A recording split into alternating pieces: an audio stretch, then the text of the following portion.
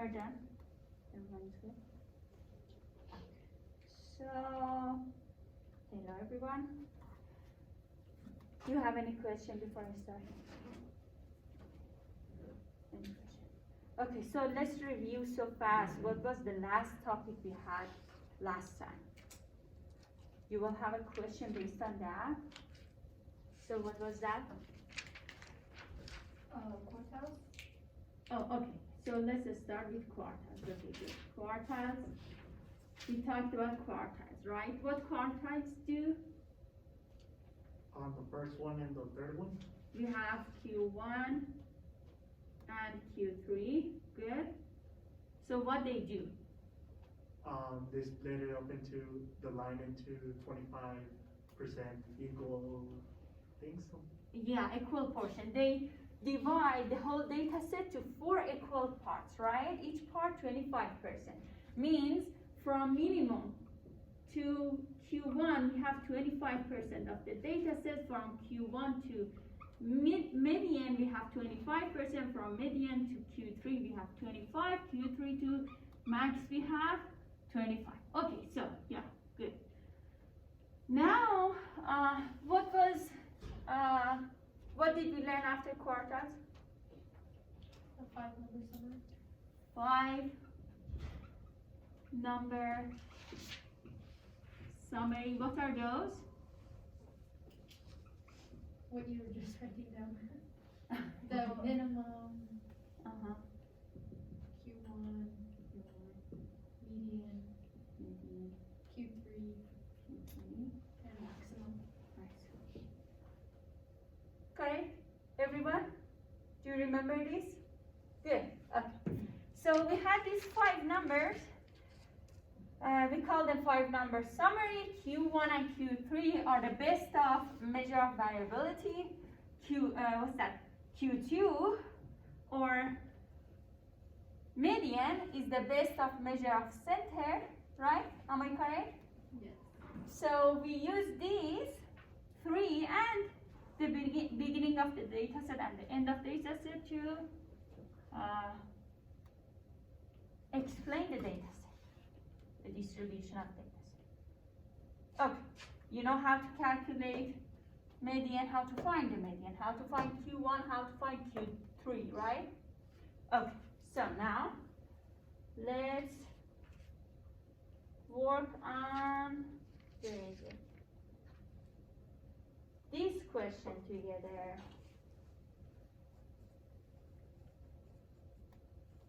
Based on 5-number summary, what graph can you make? Do you remember? The graph box plot. Right?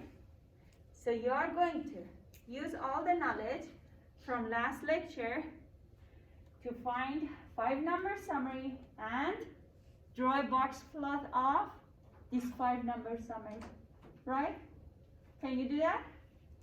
Okay, work on that, talk together, check your answer. If you don't remember something, if you have a doubt, ask each other, help each other. And I'm going to go around to see what you are doing.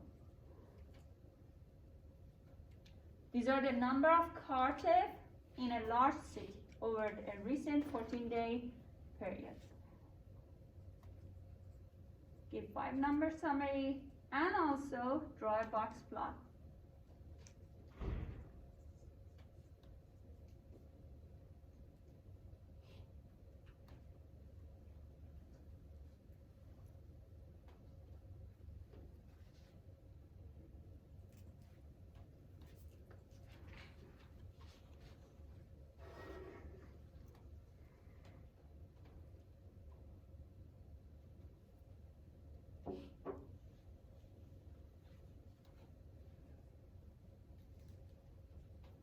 Okay, today is the last day of chapter 2. So you have your exam on Monday, right? And your exam is online. You must write down all the answers on a paper and submit it on Monday.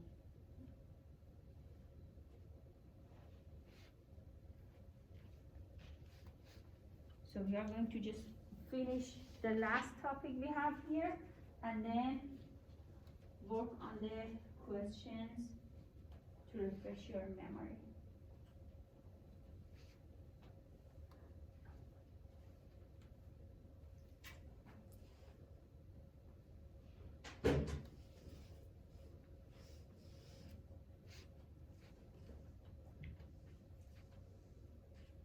So you organize the data, then you will find the median. Here.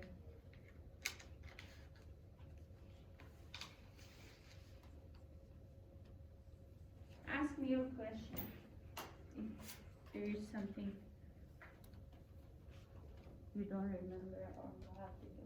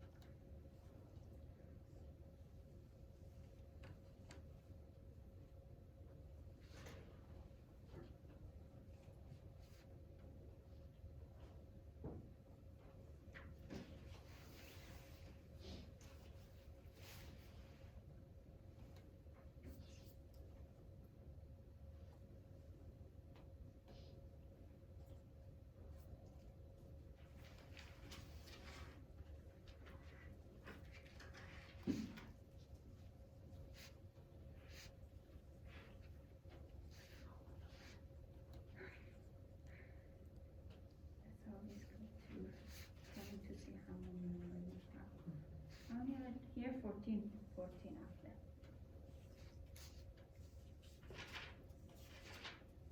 It happens. How you do it?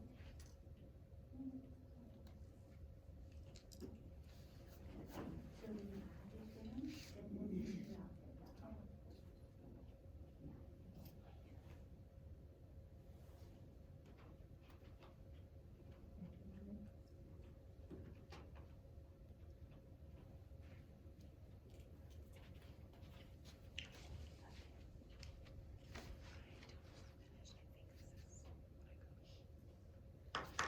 Okay, so now what you created, it seems all the distance are equal. So what you do, you have to draw an x-axis, measure the x-axis, and then based on the x-axis, find the minimum, find the Q1.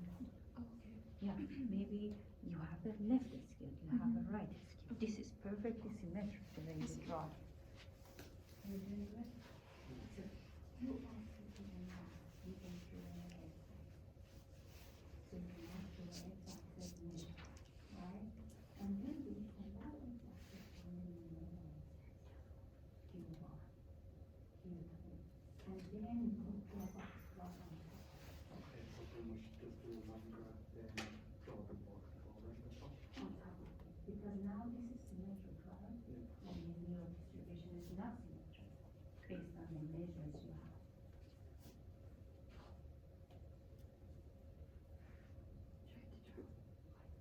So now I understand what happened. Last time we didn't draw the box plot. I just showed you, right? So what happens, you have to have an x-axis or a line, right? Measure the line and then find the points on this line. Maybe your what's the minimum number and Q1 is so close to each other. Maybe the median and Q3 are far from each other. So you will have maybe right scale distribution, left scale distribution. Depends on how they are close to each other or far from each other.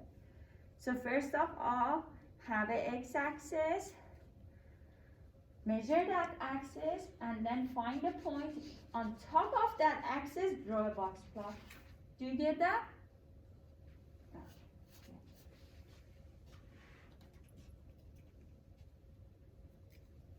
Yeah, so still you have to draw the x-axis. As I said, maybe these two are very close at each other, probably this one and this one. So draw the x-axis, measure that x-axis, and then find the point, and then draw a box plot.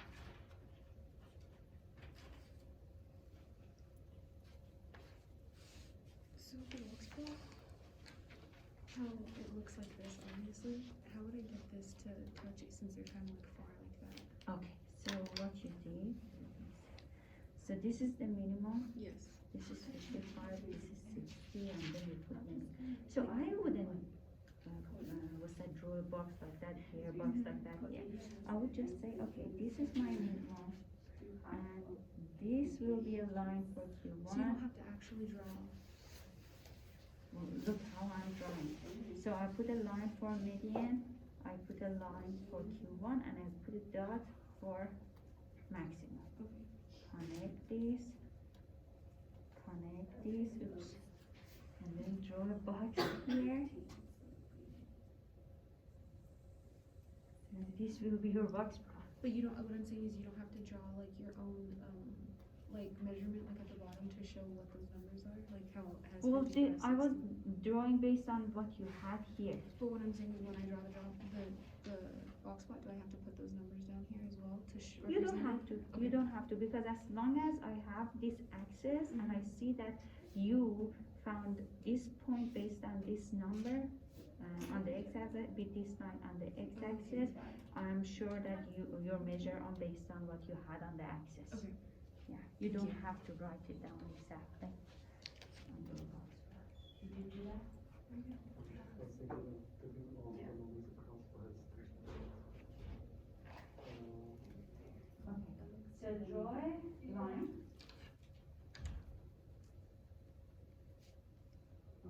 See, and then measure them like from your first your minimum 51, right? Like start from 50. You know, and then what's that? Measure them each 5 by 5. 5 points will be 55, 60, 65. You know, so in this way you are measuring.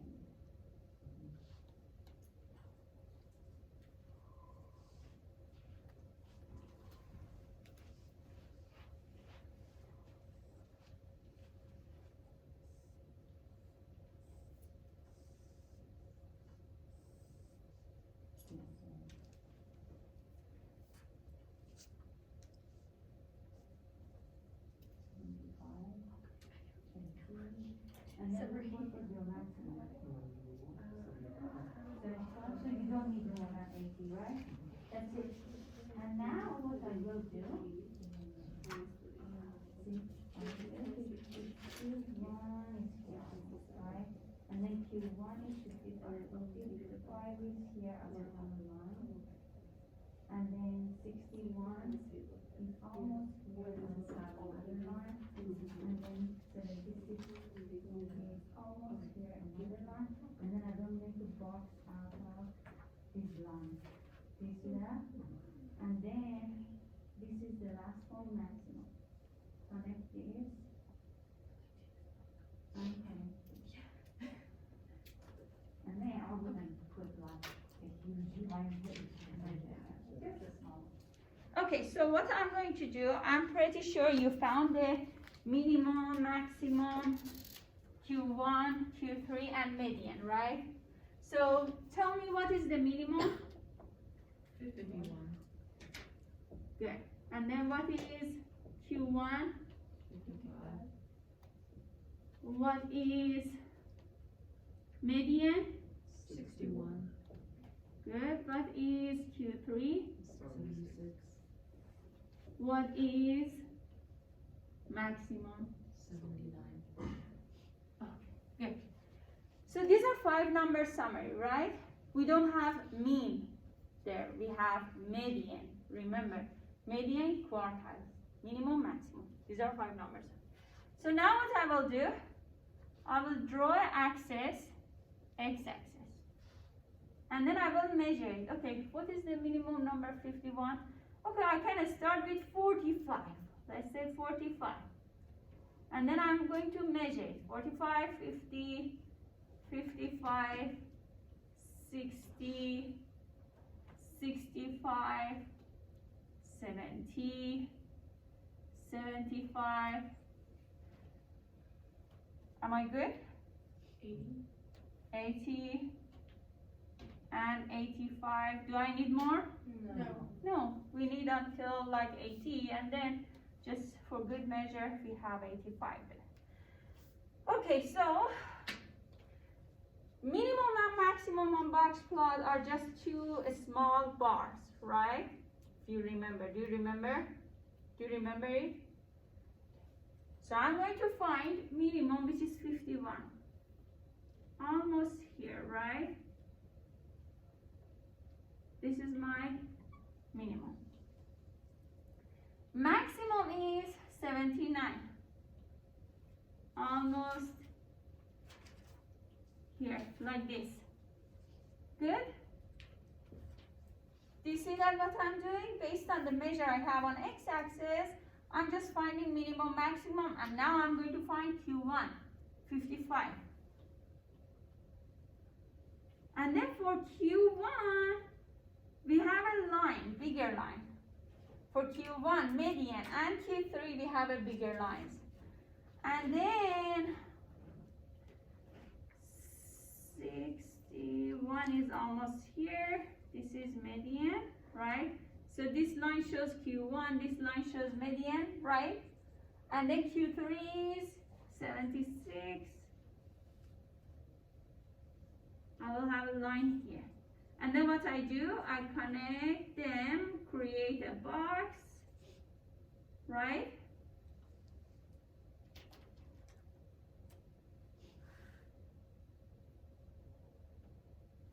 Do you see that? So this is the way we draw a box plot. And then now, on your note, write it down for me. On your note, don't give it away. If this is a right skewed, left skewed, symmetric shape.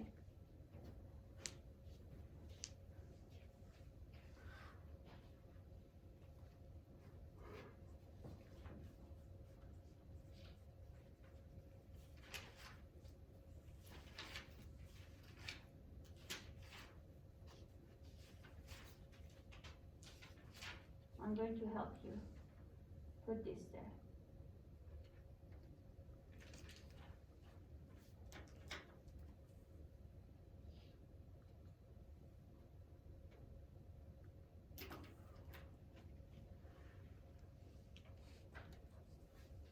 Now, based on this, you can make your decision. There. Oops. There. There. Right. Okay, I got it. Thank you. So, good. Yes, okay. Good.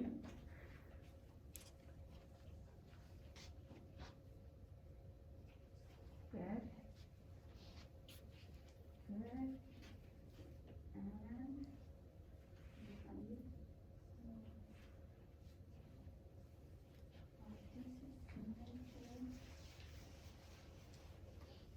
And the one I drew is similar to the one in the right.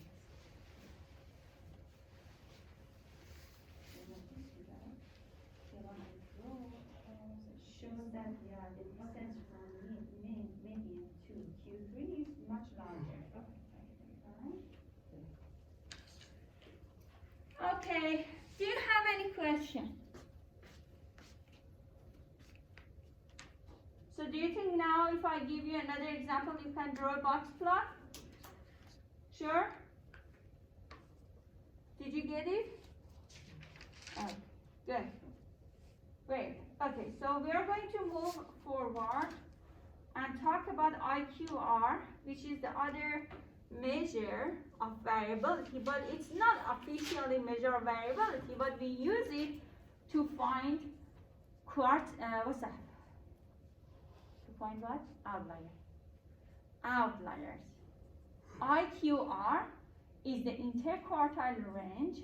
It's a difference between Q3 and Q1.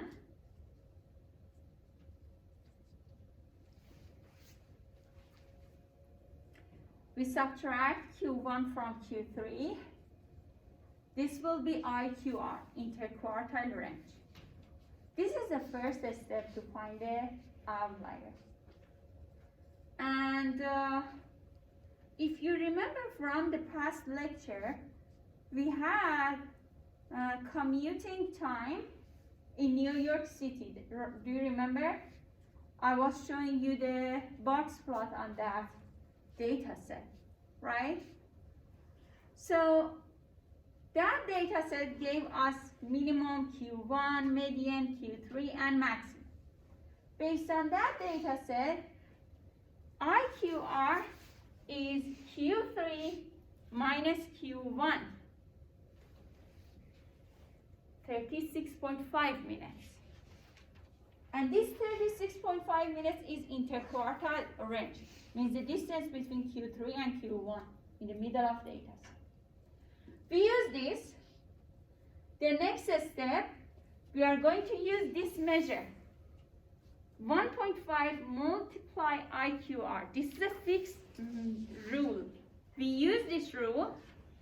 We multiply that 36.5 to 1.5 to find this value. We are going to use this value to realize if there is any outlier in our data set. So now keep this value in mind. We are going to see if based on this value, based on IQR we found, if the boundary of data set can hold all the observation inside it, or maybe there is one observation falls outside of the boundary. That observation that falls outside of the boundary is outlier. We are trying to see if we have outlier in the data set, in those commuting time we have. So what is the next step? So the first step, you will find IQR. The second step, 1.5 multiply IQR. The third step, you are going to subtract this value, 54.75, from Q1. This will be the lower boundary for this boundary that I was talking about. If there is any observations in commuting time is smaller than this, that observation will be outlier. Now, we add this number to Q3. We are going to find upper boundary for this boundary that I was talking about. Then we will say if among those observations of commuting time, if there is one observation greater than this, that observation counts as outlier. So now what I want to go back, I want to go back to that example.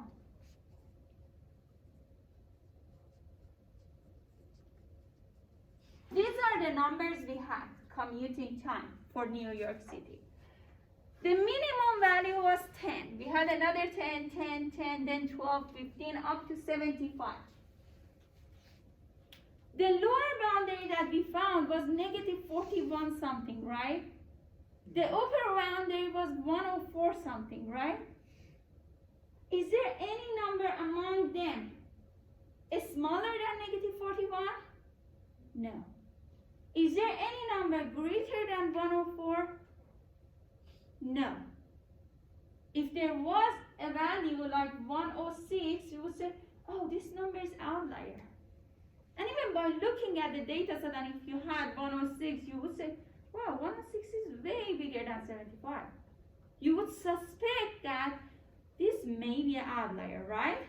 And here is the rule, 1.5 multiple IQR, that gives you a boundary that you can say for sure, if we had a 106, that would be an outlier. Now we don't have it. We don't have any outlier in this data set. Do you get that? So this method is helping us to find a boundary for the data set overall pattern. And if any observation falls outside of this overall pattern, we will say that observation is an outlier. Okay, here we were. So, imagine this is negative 41.25 and the upper boundary is 104.75.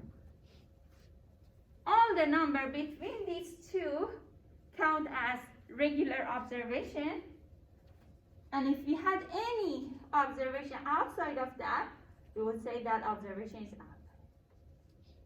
So these numbers you see just belongs to commuting time data set.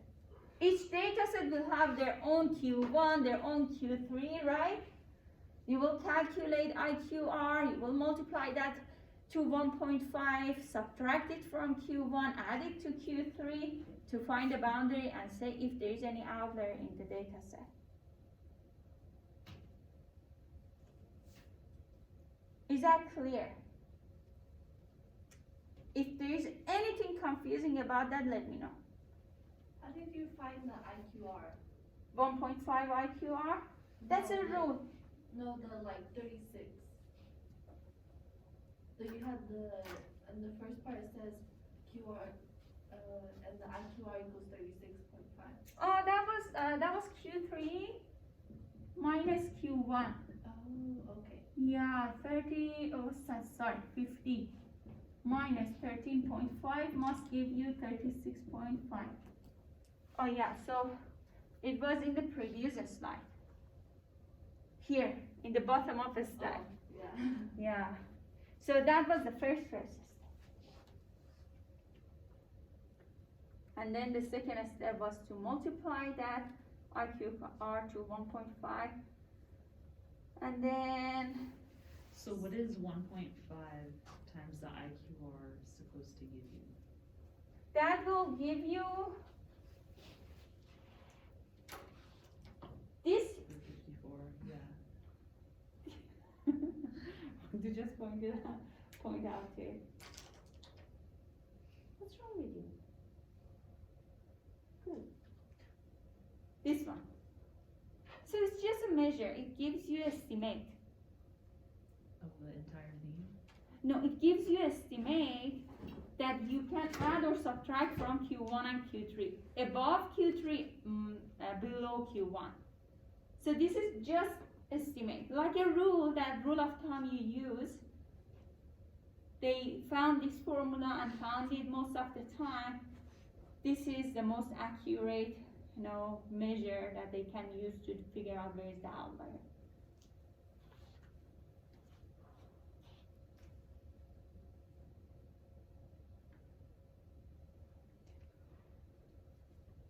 %75% of the, will be 3 divided by 2.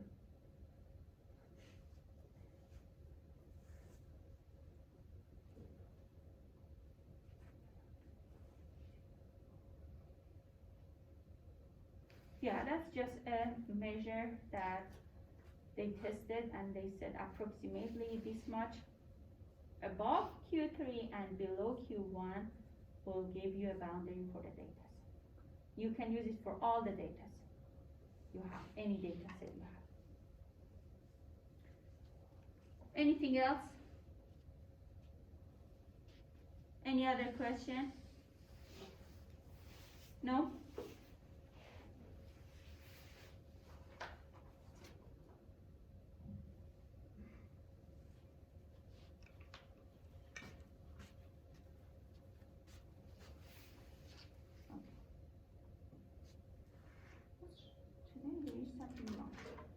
Okay, let me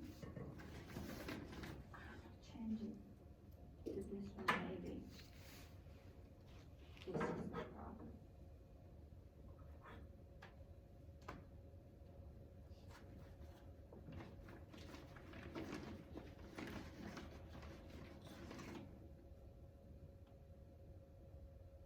Maybe better. Okay, I hope no one is lost here. Anyone lost? Any question? No? Sure? Okay, so far we talked about Q3, Q1 as a quartile. We use them to find interquartile range. We call that IQR. We use the rule 1.5 multiply IQR and found the boundary above the Q3, below Q1, and say, okay, this is the overall pattern for the data set, and if there is any observation above or below this upper or lower boundary, we will count that observation as outlier. So that's a measure to detect the outlier, right?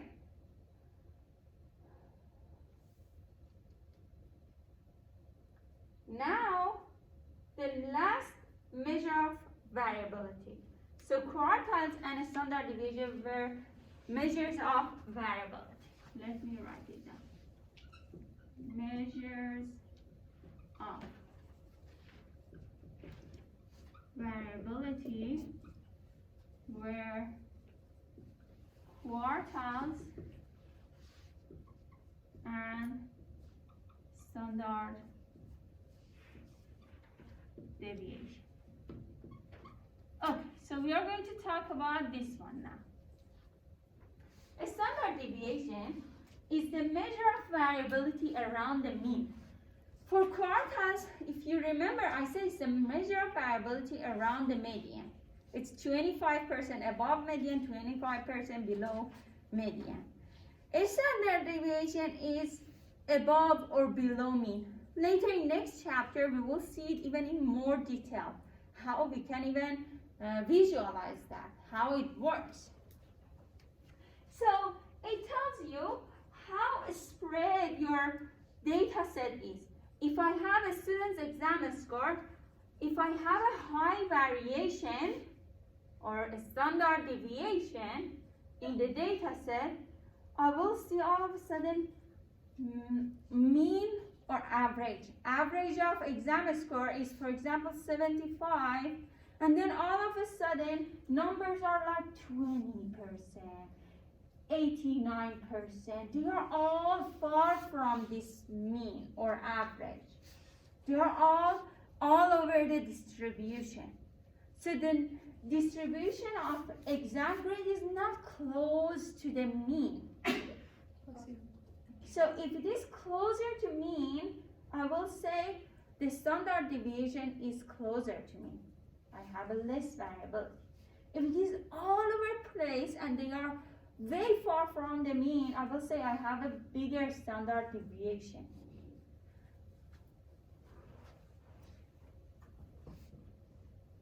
So a standard deviation is a measure of a variability. It tells us how variable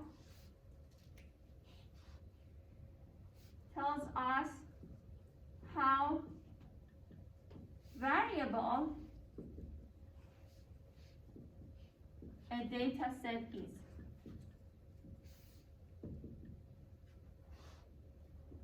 If, for example, a student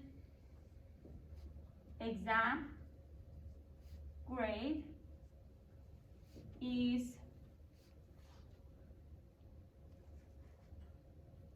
very variable, or there is a high variability, this means grades are far from the mean or average.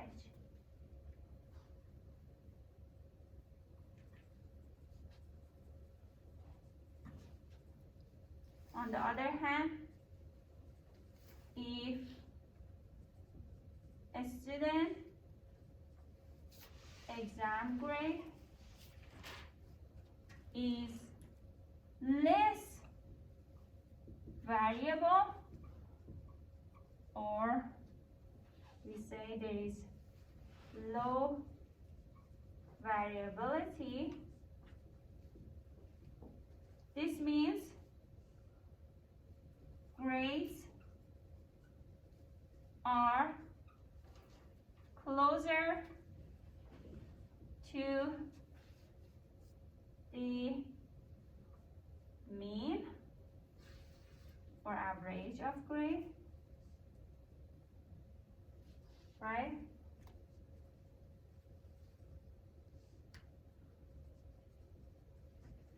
So we describe variability in this way when we have a standard deviation. We will see how the data are far from the mean or closer to the mean, around the mean, if it is less variable, if it is more variable. And then there is a formula for that. You will get each observation, means each student's exam grade, subtract the mean of exam grade from each student's exam, and then use the square of that difference, add them all, means you should do this difference and a square of this difference to each single student's grade, and then add them all, divide by n minus 1. What is n? Do you remember what is n? The number of observations.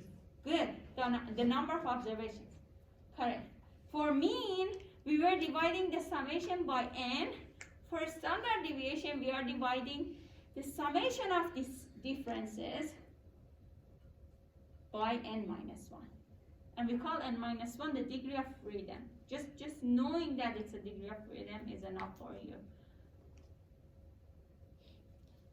We don't go to the detail of this. Okay. So this x1 you see means observation number 1. x2 is observation number 2.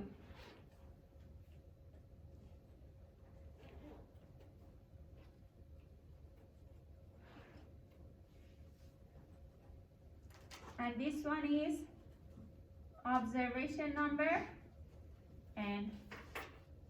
And x bar is, do you remember? Mean. Mean, correct. X bar is the mean or average. So imagine a student's grade, you find the average grade, right? And then subtract the average grade from a student 1's grade. Subtract the average from a student 2's grade. Subtract the average from the last student's grade. And then you have to have the square of each of these difference, add them all together, divide the whole summation by n minus 1. So one thing is here. S square, we call that variance.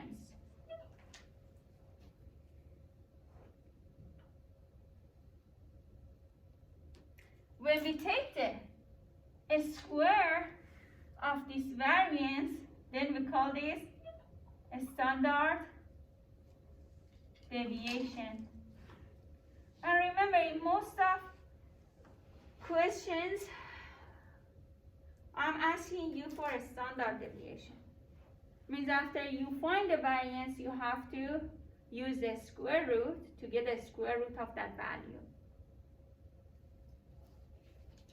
Okay, so now it seems complicated, but actually it's not that difficult. Look, we have these numbers. These are, like, let's say, these are 0 out of 700, for example.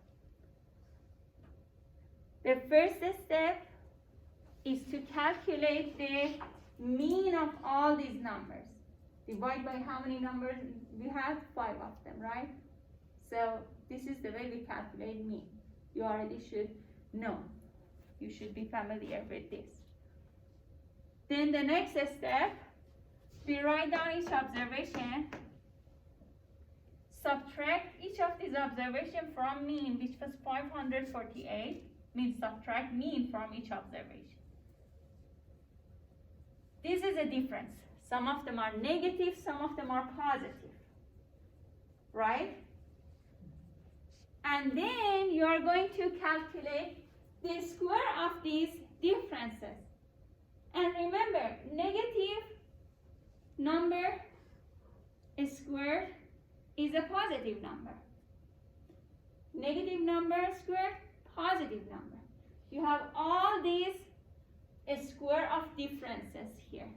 You should have 5 of them, right? Because you have 5 observations. You will add them all, and you will have the numerator of that formula you saw. Then this goes on the numerator, right? And then the denominator will be n minus 1. Total number of observations is 5. 5 minus 1 is 4. So you will have 4 here. And what is this number? S square is what I called that. Do you remember? S square is variance. So we don't stop here. How about this?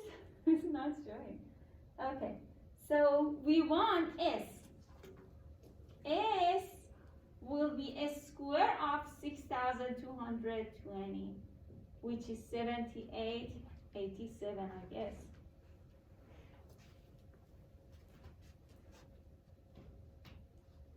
And this will be the standard deviation. So this was variance.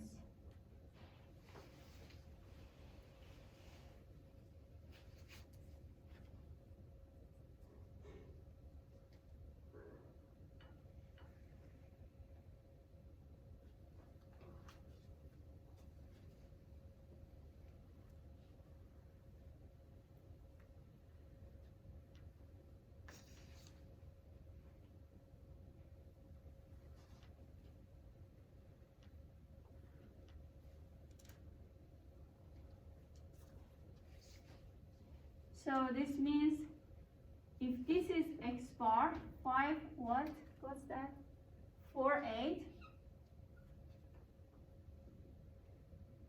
Variance is 78.87 above mean or 78.87 below mean. Means all the number must fall between this. So I'm just explaining this much because I don't want to confuse you more than this. This is going to be the 3rd chapter. We are going to see how variance explain the distribution, the variability of distribution around the mean. We will see that next lecture. Okay, so this is the last measure that we are talking about in this chapter, the standard deviation.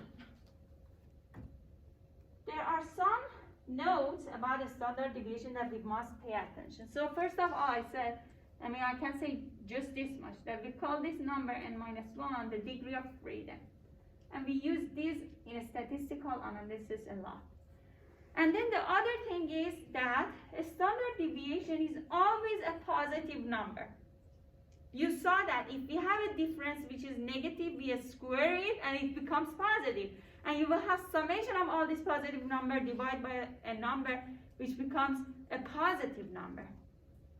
If you are calculating a standard deviation and you find a negative number, you did something wrong. Something is missing. Because the standard deviation is always, always, always a positive number. A standard deviation of 0 means there's no variability in the distribution, which is very rare, strange. In real world examples, we always have variability. So S equals 0 means no variability at all. And S is always a positive number, greater than 0. Okay, so what else do we have here? S has a unit of measurement because we were talking about the exam grade, height, weight, all of these quantitative variables. So of course we will have a unit of measurement the way we had for mean or median, right? And Oh, what happened?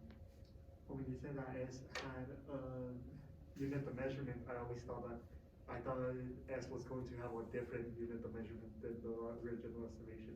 No, it's right on the first. Yeah, it will have the same one. For example, exam score, if it is on percentage, a standard deviation will be on percentage. It will have exact same unit of measurement. And then one more thing that I already mentioned, if we have a bigger standard deviation, means we have a higher variability. If we have a smaller standard deviation, lower variability. And then we understand all of this in next chapter when we visualize that on the graph, on the normal distribution graph. Okay, did I mention all of that? I think I did. And remember, S squared is variance squared of that, means S alone is a standard deviation.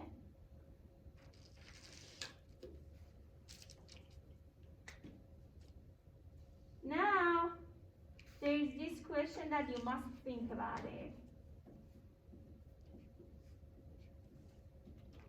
I will upload this note because I don't know why it's doing this today.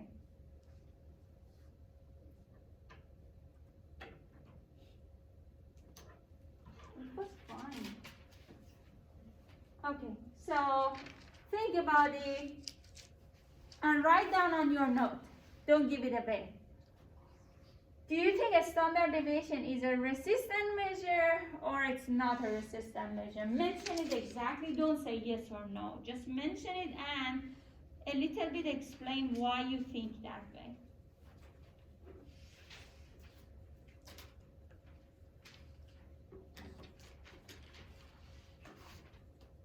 And if you are done, raise your hand so I check your answer.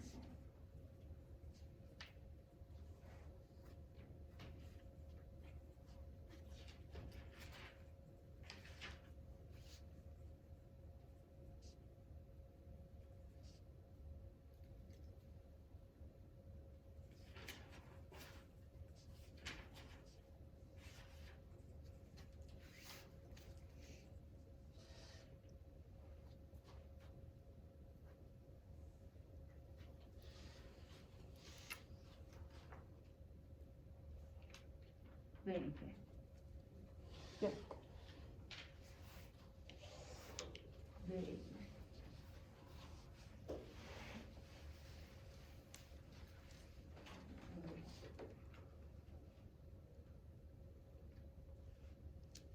Very good. You are good. Very good.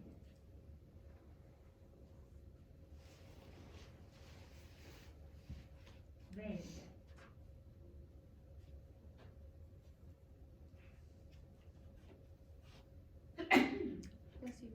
Bless you. Bless you. Thank you. You think?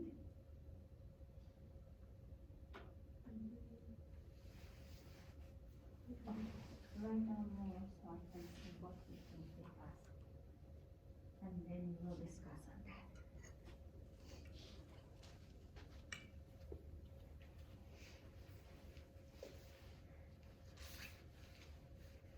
There. Yes.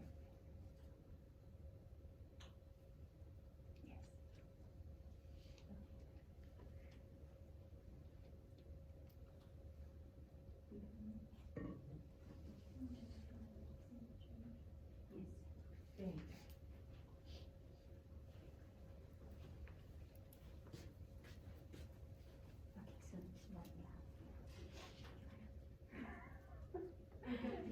so let me explain that. So, what is the answer? What do you think of, all of you? No, Not resistant. Why? because it uses mean as one of the part of its equation.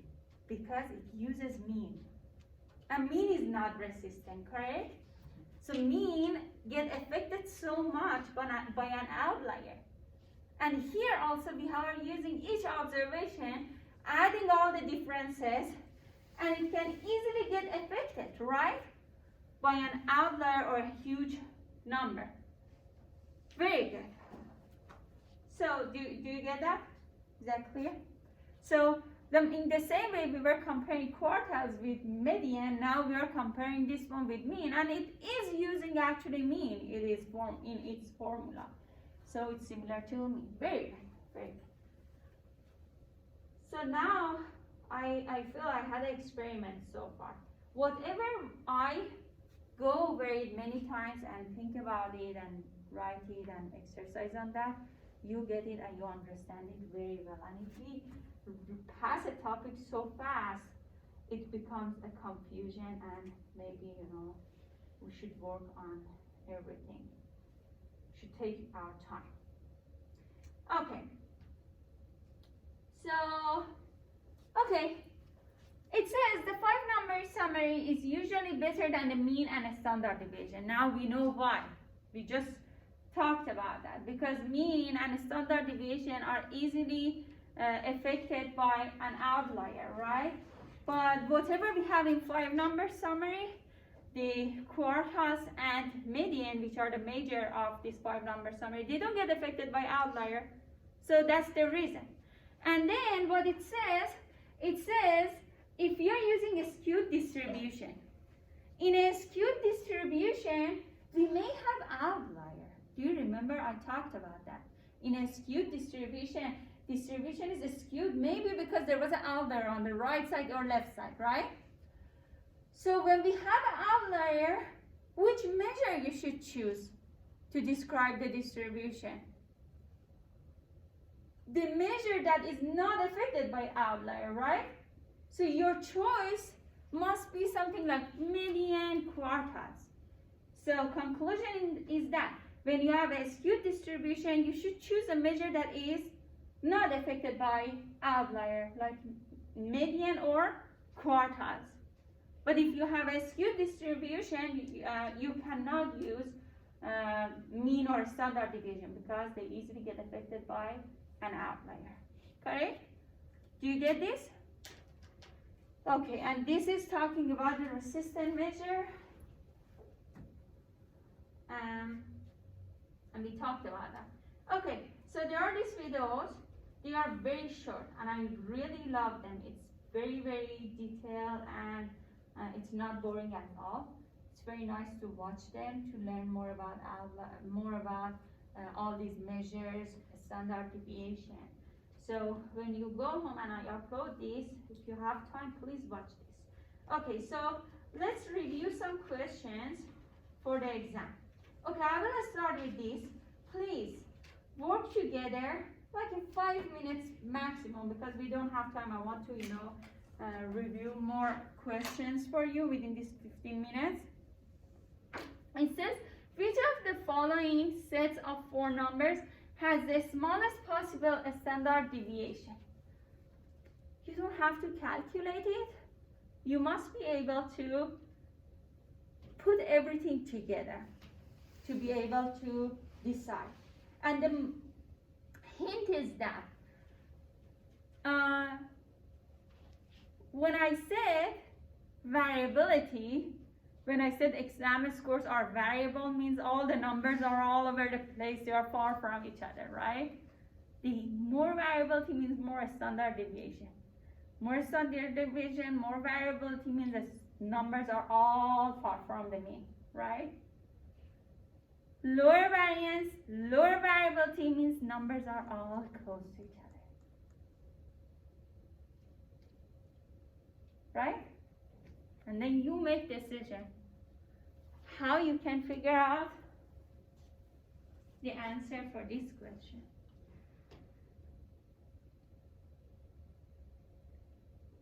It says, which of the following set of of numbers has the smallest possible. Even 0 is the smallest, right? And we know standard deviation can be 0. It's rare, but it's possible, right? And how it becomes 0? So choose the answer, write down your logic about that. I'm going through your answers to see what you think.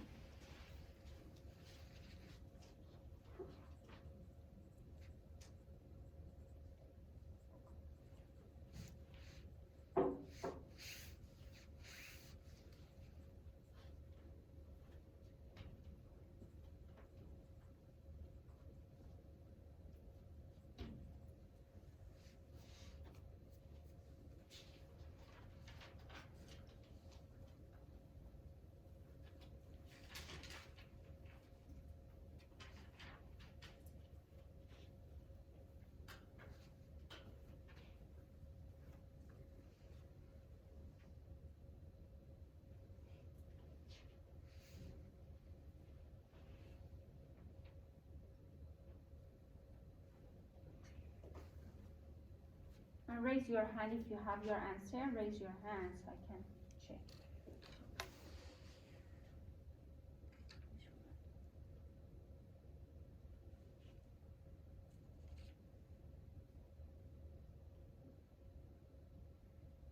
Okay, you're almost there. Almost there. That's my explanation or the answer? Your explanation is correct. But still, you can find the one which is very, very, very low. Do you remember I said even a standard deviation can be 0, right? So, You said the variance is when the numbers are closer to each other? high variability means numbers are far from each other. Okay. Low variability means numbers are close to each other. Okay, low variability, low variance. Okay, let me write it down actually. Low standard deviation, low variability,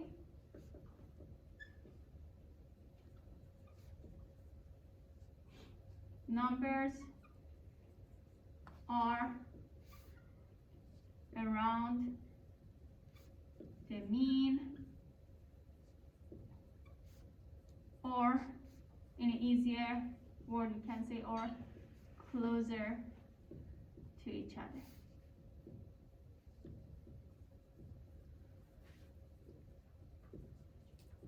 High standard deviation, high variability,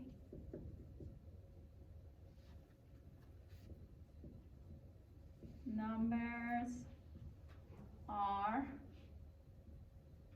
far from the mean, or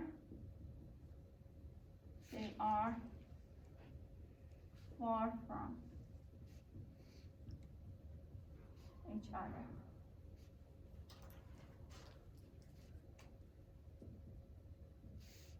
Standard deviation 0 means no variation.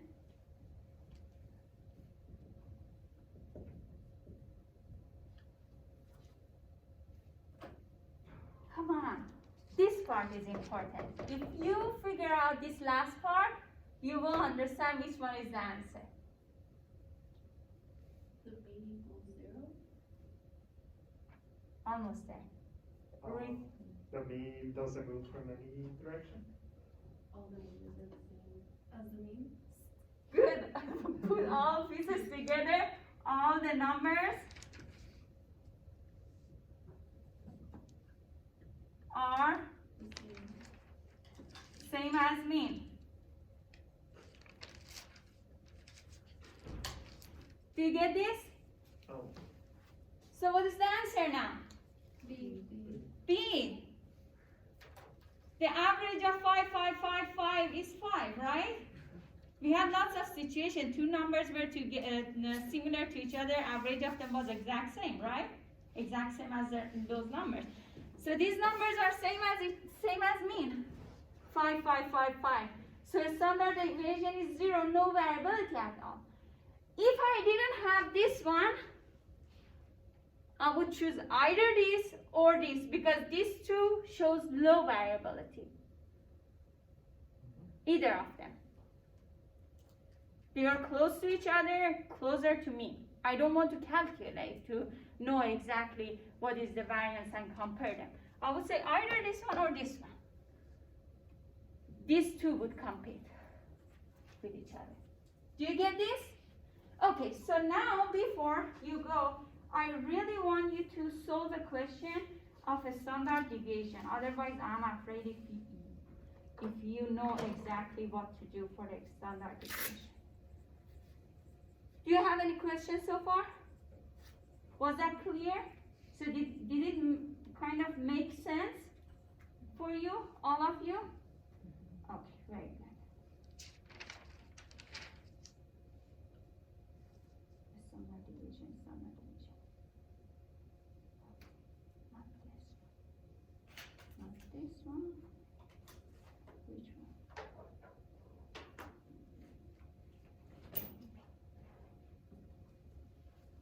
I want a very simple example for standard deviation. Oh, okay, sorry. In this chapter we had mean and median. Where I'm looking.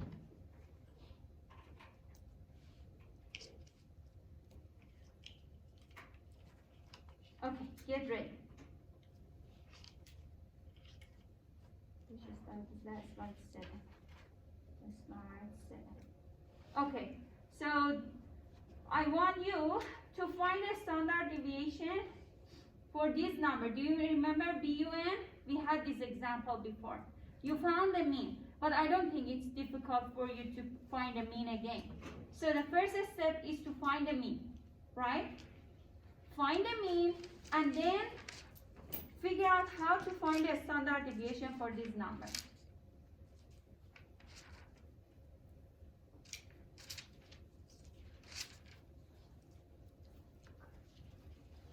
Okay, the numbers are 17, 14, 16, 20, 10, and 13.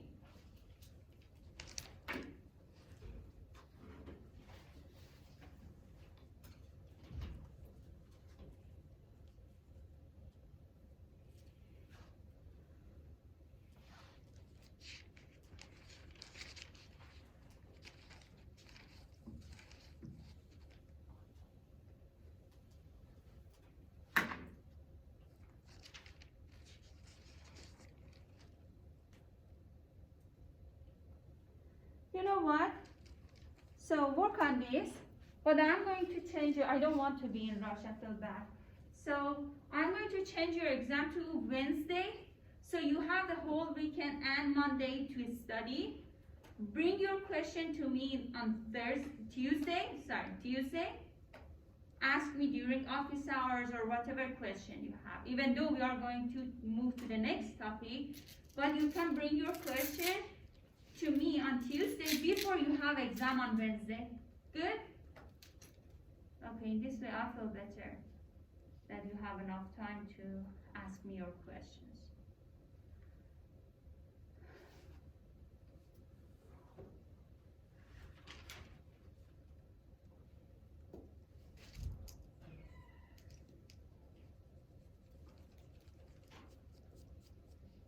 Yeah, the snow messed everything up.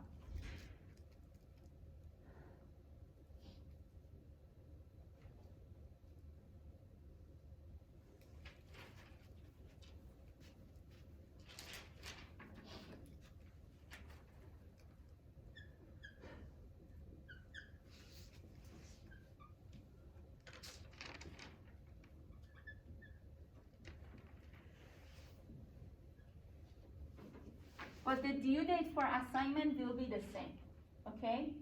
So I don't want you to feel comfortable and not doing your assignment. Do your assignment, so I will be sure that you bring your questions to me on Tuesday.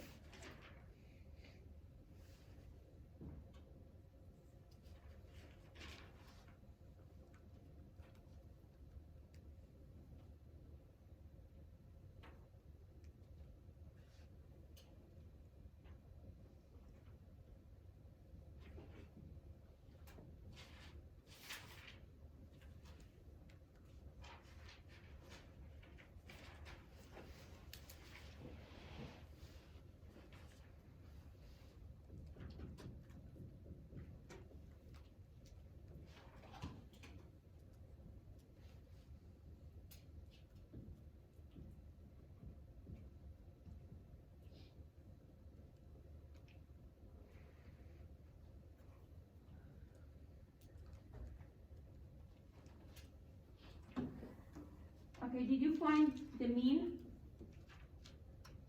Yes. 15? Yes. 15 what? Milligrams per deciliter. Good.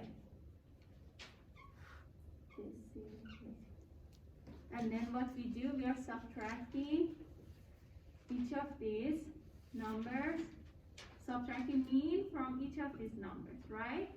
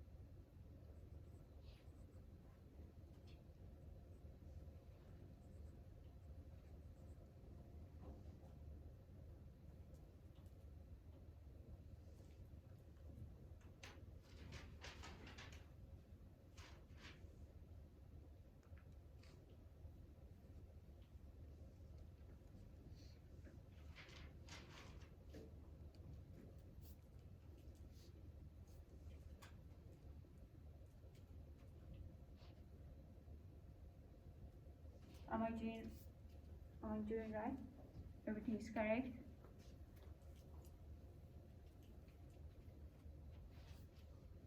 So you gave me the mean, I subtracted mean from each of the observations, found the difference, square the difference, add all the squares, and I had 60. Check it if everything makes sense and it is correct.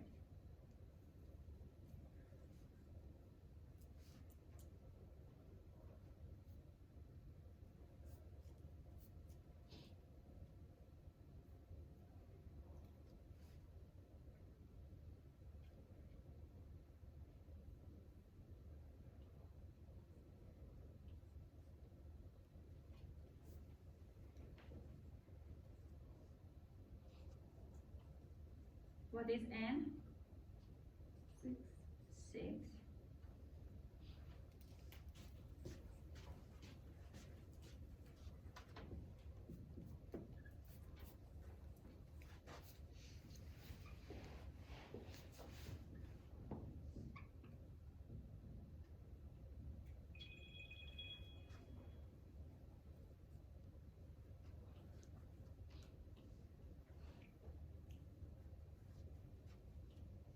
What is 60 over 5? 12.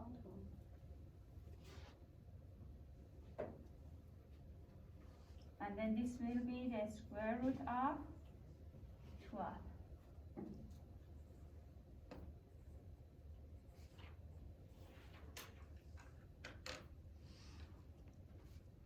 3 point something. 3.46. And what should I write down after it? And milligrams per deciliter? Yes. Correct? Everything is good?